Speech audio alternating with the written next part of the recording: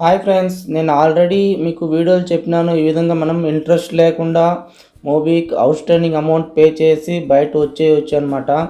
కానీ నేను ఎందుకు ఈ విషయం మీకు ఎప్పుడు చెప్పనంటే, చాలామంది మనం ఏదైనా చెప్పినామంటే దాన్ని చూసి నిదానంగా చేసుకోరనమాట. ఏదో ఒక లింకుల మీద పే క్లిక్ చేసి పే చేసి మళ్ళీ డబ్బులు పోగొట్టుకుని బాధపడతారు. మళ్ళీ నేను చెప్పి ఆ విధంగా అయిందంటే ప్రాబ్లం అనేది మళ్ళీ మీరు ఫేస్ చేయాలి. మళ్ళీ నెక్స్ట్ నాకు ప్రాబ్లం అనేది వస్తుంది. అందువల్ల నేను మోస్ట్లీ ఎవరికి చెప్పను అనమాట. కానీ ఒకవేళ మీరు తక్కువ అమౌంట్ ఏదైనా తీసుకుంటే, ఒక 30,000 లేకపోతే ఒక 40 అది తీసుకుంటారు కదా, అలాంటి వాళ్ళకి నేను చెప్తాను. మీరు నిదానంగా చూసి చేసుకోండి, ఎలాంటి ప్రాబ్లం అనేది ఉండదు. నెక్స్ట్ అదేవిధంగా ఎక్కువ అమౌంట్ తీసుకున్న వాళ్ళు రిస్క్ తీసుకోవద్దండి. మీరు కొంత ఈఎంఐ అయ్యే వరకు కట్టుకోండి. కొంచెం తక్కువ అయిన తర్వాత కూడా మీరు ఒకేసారి అవుట్ స్టాండింగ్ అమౌంట్ అనేది పే చేసుకోండి. అది ఎలా పే చేయాలో నేను మీకు క్లియర్గా చెప్తాను. ఇది వచ్చి కొత్త వాళ్ళకి వెంటనే రాదనమాట. మీ పే చేయకుండా ఒక 10 రోజులు 20 రోజులు అయిన వాళ్ళకి రాదు. జస్ట్ ఒక పే చేయకుండా 2 మంత్స్ 3 మంత్స్ ఇలా ఉంటారు కదా, అలాంటి వాళ్ళకి మెసేజ్ అనేది వస్తూ ఉంటుందన్నమాట. వాట్సాప్లో కాదు, నార్మల్ మెసేజ్ అనేది వస్తూ ఉంటుంది.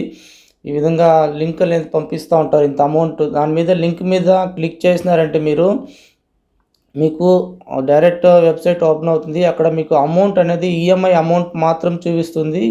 నెక్స్ట్ మీకు లోన్ ఐడి నంబరు ఇవన్నీ క్లియర్గా చూపిస్తుంది. అవన్నీ మీరు క్లియర్గా చూడాలా. నెక్స్ట్ మీకు మెసేజ్ వస్తుంది కదా, ఆ మెసేజ్ కూడా మీకు మోబీ కంపెనీ నుంచి వస్తుంది. ఆ మోబీకి సింబల్ అనేది మీకు క్లియర్గా కనబడుతుంది అనమాట మెసేజ్ పైన.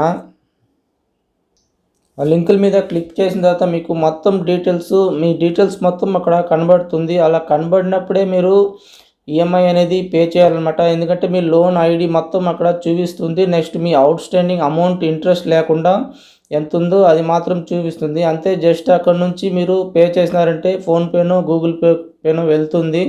అక్కడ నుంచి మీరు పే చేస్తే అంతే, మీ అవుట్ స్టాండింగ్ అనేది క్లియర్ అయిపోతుంది. కానీ ఆ ఇంట్రెస్ట్ ఉంటుంది కదా, అందువల్ల మీకు ఏదో 10 రోజులు 15 రోజులు అలా కాల్స్ అనేది వస్తూ ఉంటుంది. కానీ మీరు ఆ పే చేస్తేనే ఆ స్క్రీన్ షాట్ అనేది తీసి మీరు పెట్టుకోవాలన్నమాట.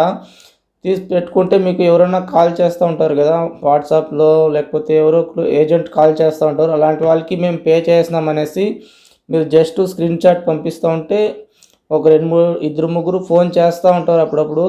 వాళ్ళు పంపించేసినారంటే అంతే, అప్డేట్ అనేది అయిపోతుంది అనమాట.